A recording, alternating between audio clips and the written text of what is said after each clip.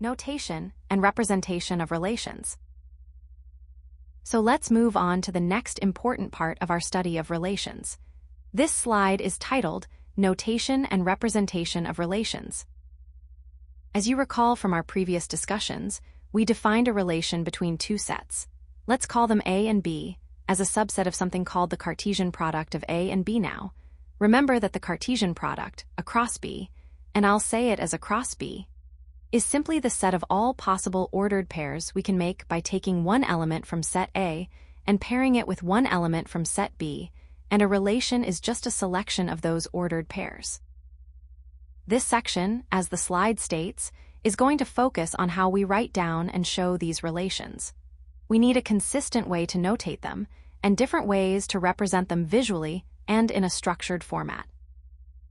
We'll be looking at how to express a relation mathematically, and then we'll explore different methods like listing the ordered pairs, using tables, drawing graphs, and creating what we call mapping diagrams. Understanding these different representations isn't just about being able to write things down neatly. It's absolutely crucial for being able to actually work with relations, solve problems involving them, and understand their properties. So, pay close attention, as this is foundational to everything else we'll be doing with relations. Notation. So let's move on to formally defining how we write about these relations. As we discussed on the previous slide, a relation is essentially a collection of connections between elements of two sets. Now, we need a way to clearly express this mathematically. So, if we have two sets, which we'll call A and B, a relation, let's call it R, from set A to set B, is fundamentally a set of ordered pairs. Think of each ordered pair as a specific connection between an element in A and an element in B. We denote that is, we write this relationship as R is a subset of across B. Now, let's break down that notation.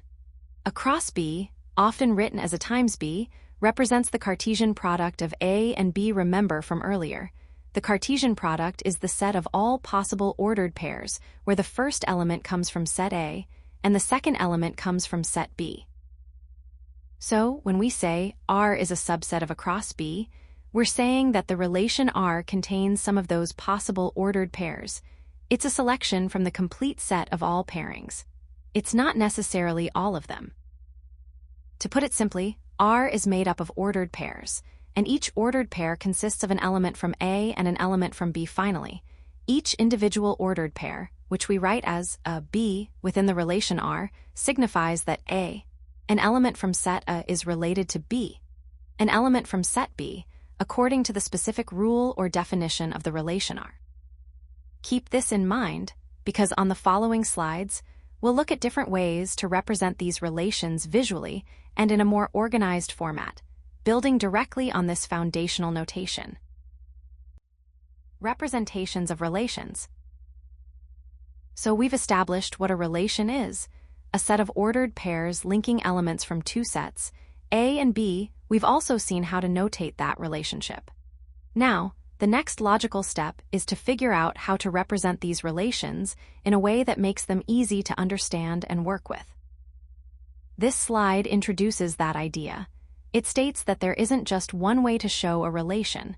There are actually several different methods we can use. Specifically, we're going to focus on 4 common methods.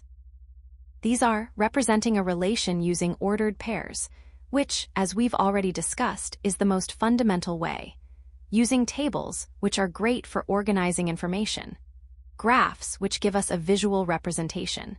And finally, mapping diagrams, also known as arrow diagrams, which provide another visual way to see how elements are connected.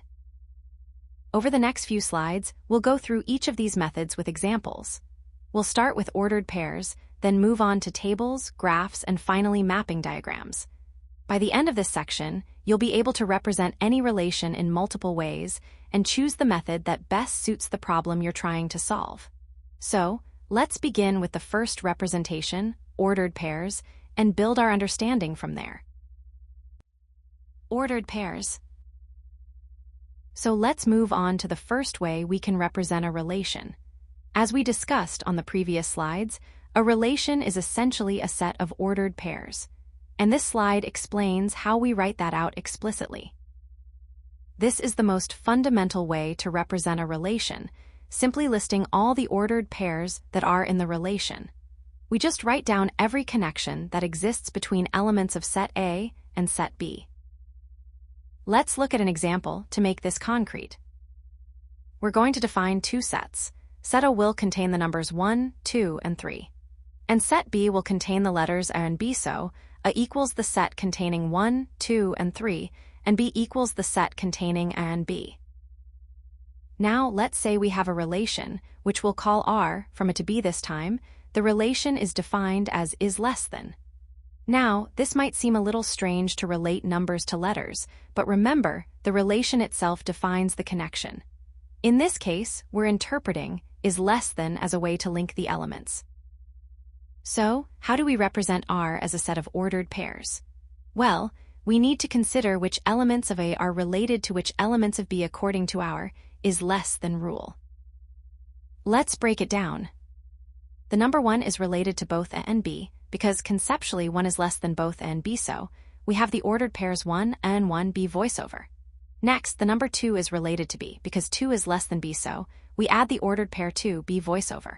Finally, the number 3 is also related to B, because 3 is less than B, so we add the ordered pair 3B voiceover.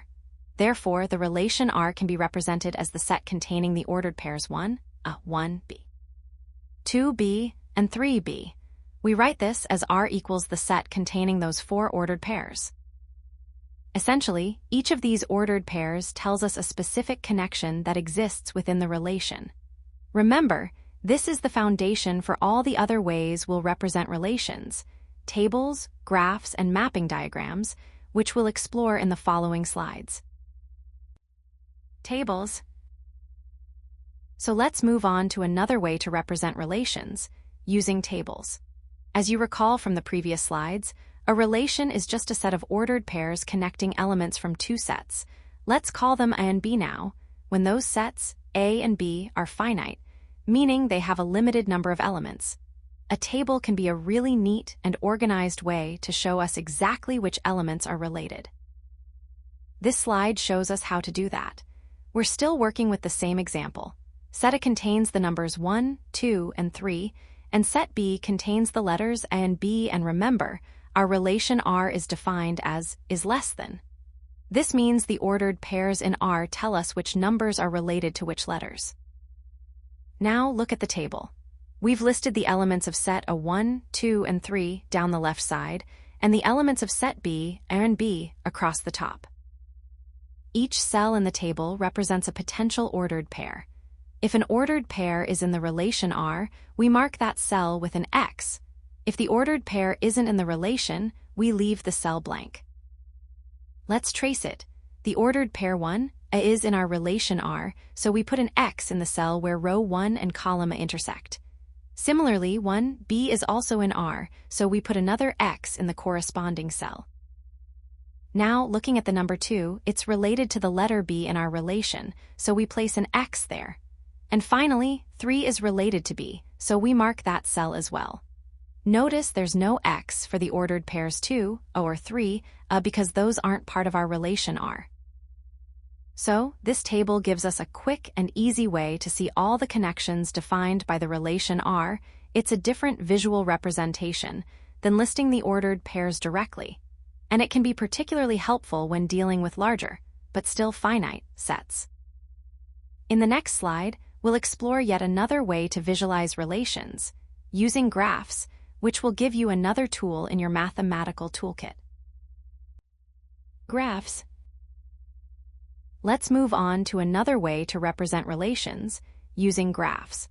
As we've discussed, representing a relation helps us visualize the connection between elements of two sets. So this slide explains how we can visually represent a relation using a graph. Now, remember back to coordinate geometry, the XY plane? We're going to apply similar principles here. The first point is that we plot the elements of set A on the x-axis, which is the horizontal axis, and the elements of set B on the y-axis, the vertical axis. Then, and this is key, an ordered pair, let's say, a B within the relation R is represented by a point, a B on the graph.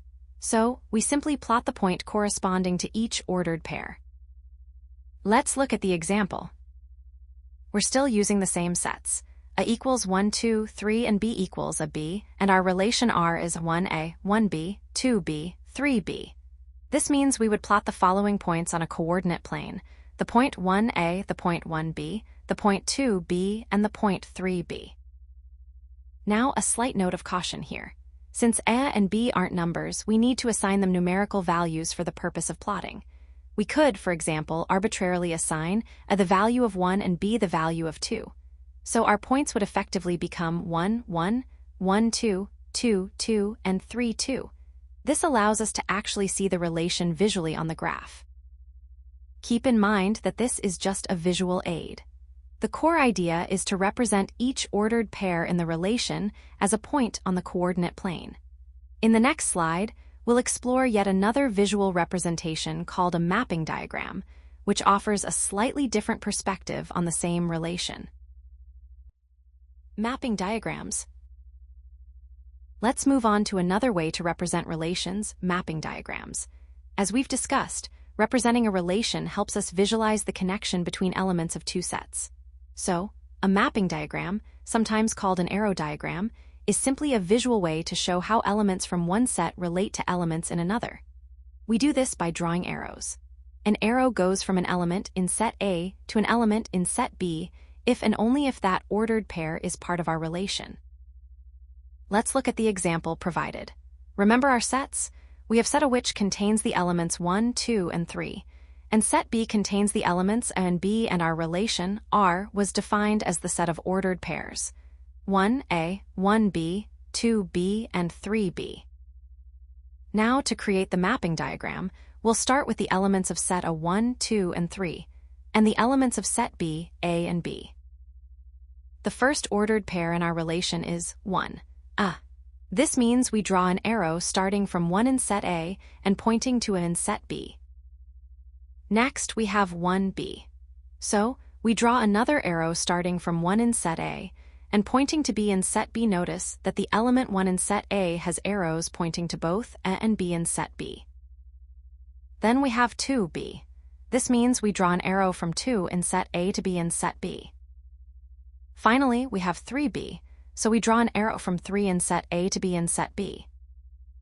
And that's it. This diagram visually shows us exactly the same information as the ordered pairs, the table, and even the graph we looked at earlier. It clearly shows which elements of A are related to which elements of B. Remember, in the next slide, we'll be summarizing all these different ways to represent relations, so it's important to understand how they all connect. This will help you choose the best method for a given problem. Key takeaways. First point, a relation, which we've established is a connection between elements of two sets, let's call them A and B, is actually a part of something bigger. That bigger thing is called the Cartesian product of A and B. We've talked about this before, remember. The Cartesian product is just all the possible ordered pairs you can make by taking one element from set A and pairing it with one element from set B, so a relation is simply a selection of those possible pairs. Next, we discussed several ways to show or represent these relations. We covered 4 methods: listing the relation using ordered pairs, organizing the information in a table, visualizing it with a graph, and using what we called a mapping diagram or arrow diagram. And finally, and this is really important, each of these methods, ordered pairs, tables, graphs, and mapping diagrams, gives you a different perspective on the same relationship. They're all just different tools to help you visualize and understand how the elements of set A are connected to the elements of set B. Let's recap what we've learned about notation and representation of relations. This is slide 8, and it's all about solidifying the key takeaways. Now, before we move on, remember that understanding these representations is crucial because in the problems you'll encounter, the relation might be given to you in any one of these forms, and you'll need to be able to interpret it correctly. In the next slide, we'll look at some common mistakes students make when working with relations, so pay close attention to those. Common mistakes. Now, remember from earlier, we defined a relation as simply a set of ordered pairs connecting elements from two sets. A and B. A function is a specific kind of relation. Think of it this way: all functions are relations, but not all relations are functions. The key difference is that a function has a strict rule. Each element in set A can only be related to exactly one element in set B if even a single element in A maps to multiple elements in B. It's a relation, but not a function. Keep that distinction clear in your mind. You might recall that the Cartesian product of two sets, A and B, written as a cross B, is the set of all possible ordered pairs where the first element comes from A and the second element comes from B. A common mistake is forgetting to include all possible pairings. Make sure you systematically consider every element in A with every element in B to build that complete set of ordered pairs. It's the foundation for defining any relation, so getting it right is crucial. We just looked at how to represent relations using tables, graphs, and mapping diagrams. When you're using these visuals, it's easy to misread the connections. With graphs and mapping diagrams, carefully trace the arrows or points to see exactly which elements are related. Don't just glance at the diagram. Actively verify that the visual accurately reflects the set of ordered pairs that define the relation. A small error in reading the diagram can lead to a completely incorrect understanding of the relationship between the sets. Let's move on to the final slide, which highlights some common mistakes students make when working with relations. Paying attention to these will really help solidify your understanding. So, keep these potential pitfalls in mind as you practice working with relations, and you'll be well on your way to mastering this concept.